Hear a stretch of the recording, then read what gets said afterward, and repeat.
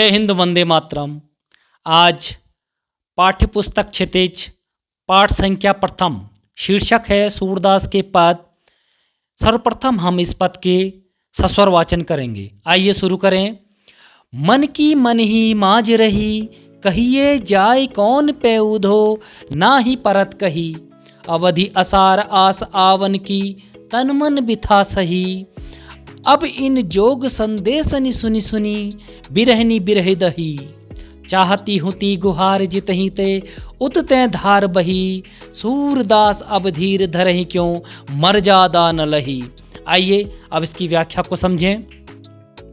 इस प्रसंग में उद्धव गोपी संवाद के दौरान गोपियां उद्धव से कहती हैं कि हे उद्धव, मन ही माज रही। हम माजने का अर्थ यहाँ पर है अंदर रहना, कि जो बात हम, जो विचार हमारे थे, जो हमारी बात को हम कुछ कहना चाहती थी कृष्ण से, वो हमारे सब कुछ हमारे अंदर ही अंदर दबी रह गई हैं। कहिए जाए कौन पे उधो, ना ही परत कही।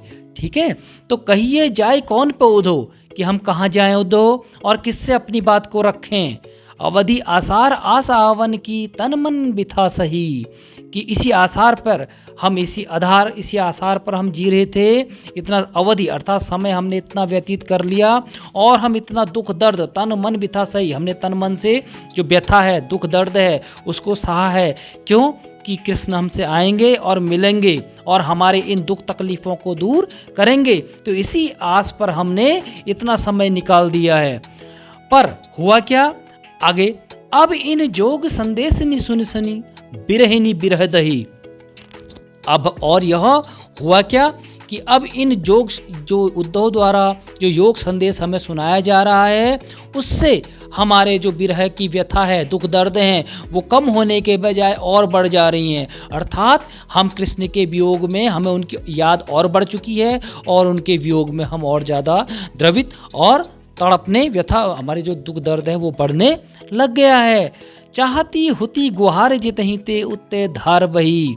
और चाहती थी, जिनसे हम गुहार लगाना चाहती थी, अर्थात उन कृष्ण से हम एक गुहार लगाना चाहती थी कि वो हमारी दुख दर्द को सुनेंगे, हमारी इस दुख तकलीफ़ की व्यथा को हम आएंगे और इसको दूर करेंगे। पर हुआ क्या कि कृष्ण ने अपना जो उद्धव हैं उनके माध्यम से योग संदेश भेजने का प्रयास किया और हमारी विरह व्यथा को, दुख दर्द को और बढ़ाने का काम किया है। और जिनसे चाहती होती गुहार जीते ही थे, जिनसे चाहती थी गुहार लगाना कि वो आएंगे, हमारे दुख दर्द को बढ़ाएंगे, हमारे दुख दर्द को दूर करेंगे, वो क्या किया है? उत्ते धार बही। और वहीं से यह धार किस चीज़ की धार बही है?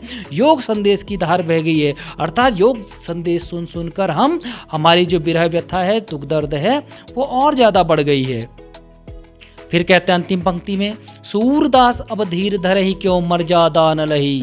कि सूरदास जी के माध्यम से गोपियाँ कहती हैं कि अब हम धैर्य को धारण क्यों करें, धीर धरहि क्यों। धीर का अर्थ धैर्य, कि धरहि धारण, कि अब हम धैर्य को धारण क्यों करें, क्योंकि जिन्हें मर्यादा में रहना था उन्होंने खुद मर्यादा का त्याग कर दिया है।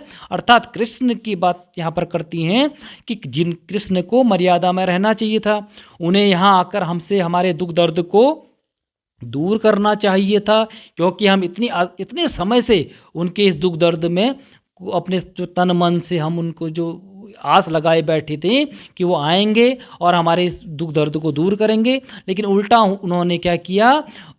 उद्धव के माध्यम से अपने योग संदेश के वाहक भेजकर और हमारे विरह व्यथा को, दुख दर्द को और बढ़ा दिया है।